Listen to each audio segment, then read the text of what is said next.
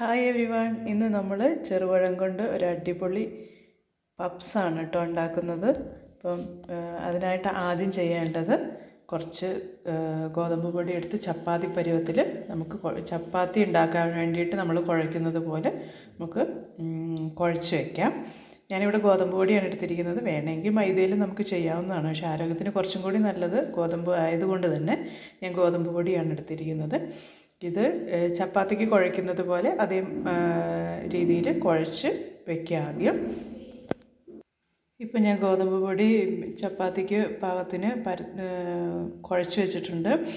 ഇനി ഈ ചെറുപഴം നമുക്ക് ചെറുതായിട്ട് അരിഞ്ഞെടുക്കാം. ഇപ്പം ഞാൻ കുറച്ച് അരിഞ്ഞതുണ്ട്,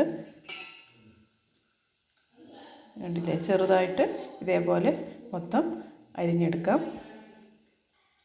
ഇപ്പം ഞാൻ ചെറുപഴം ചെറുതായിട്ട് അരിഞ്ഞ് വെച്ചിട്ടുണ്ട്. ഇത് കൂടാതെ തേങ്ങ ചിരകിയത്, പിന്നെ പഞ്ചസാര, ഇത്രയുമാണ് നമുക്ക് ഈ ഒരു പപ്സ് ഉണ്ടാക്കാനായിട്ട് ആവശ്യമായിട്ടുള്ളത്. അപ്പോൾ നമുക്കിതൊന്ന് മിക്സ് ചെയ്തെടുക്കാം. ഈ ചെറുപഴത്തിലേക്ക് തേങ്ങയും പഞ്ചസാരയും ഇട്ട് നന്നായിട്ടൊന്ന് മിക്സ് ചെയ്യാം. അപ്പോൾ പപ്സിന് വേണ്ട ഫില്ലിങ്സ് റെഡി ആയിട്ടുണ്ട്. ഇനി നമുക്ക് മാവ് ചപ്പാത്തിക്ക് പരത്തുന്ന പോലെ പരത്തിയെടുക്കാം. ഇതായിപ്പോൾ ഞാൻ ചപ്പാത്തിക്ക് പരത്തുന്നത് പോലെ പരത്തിയിട്ടുണ്ട്. ഇനി ഇതിലേക്ക് നമ്മുടെ ഫില്ലിങ്സ് ഇട്ട് കൊടുക്കാം.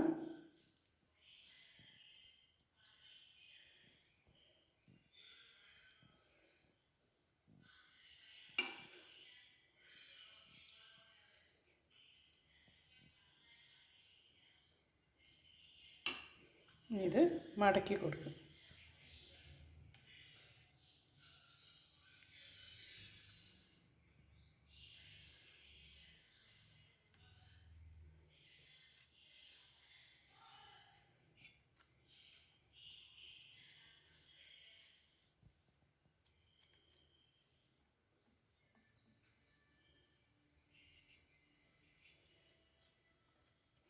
ഇങ്ങനെ എല്ലാം ചെയ്തതിന് ശേഷം ഇതിപ്പോൾ ഒരു പാത്രത്തിലേക്ക് മാറ്റി വയ്ക്കുക.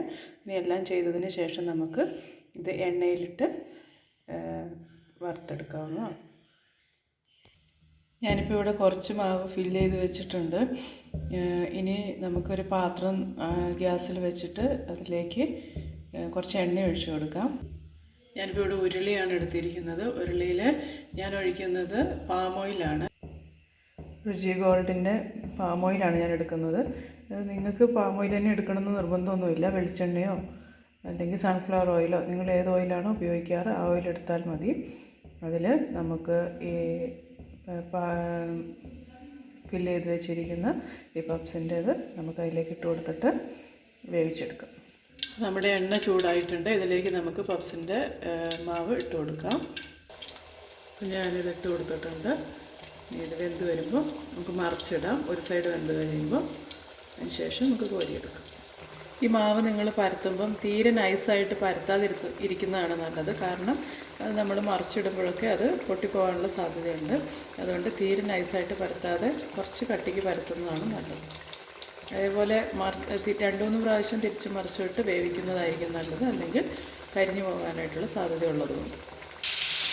നമ്മുടെ പപ്സ് കോരി എടുക്കാറായിട്ടുണ്ട്. നമുക്കത് കോരി ഒരു നന്നായിട്ട് ഉണക്കി വെച്ചിരിക്കുന്നൊരു പാത്രത്തിലേക്ക് എടുക്കാം. ഈ ഒരു കളറായാൽ മതി. ഏകദേശം ഒരു ലൈറ്റ് ബ്രൗൺ കളറാവുന്നത് വരെ വേവിച്ചാൽ മതി. അത് കഴിഞ്ഞ് നമുക്കിത് കോരി എടുക്കാവുന്നതാണ്. അപ്പോൾ നമ്മുടെ പപ്സ് തയ്യാറായിട്ടുണ്ട്.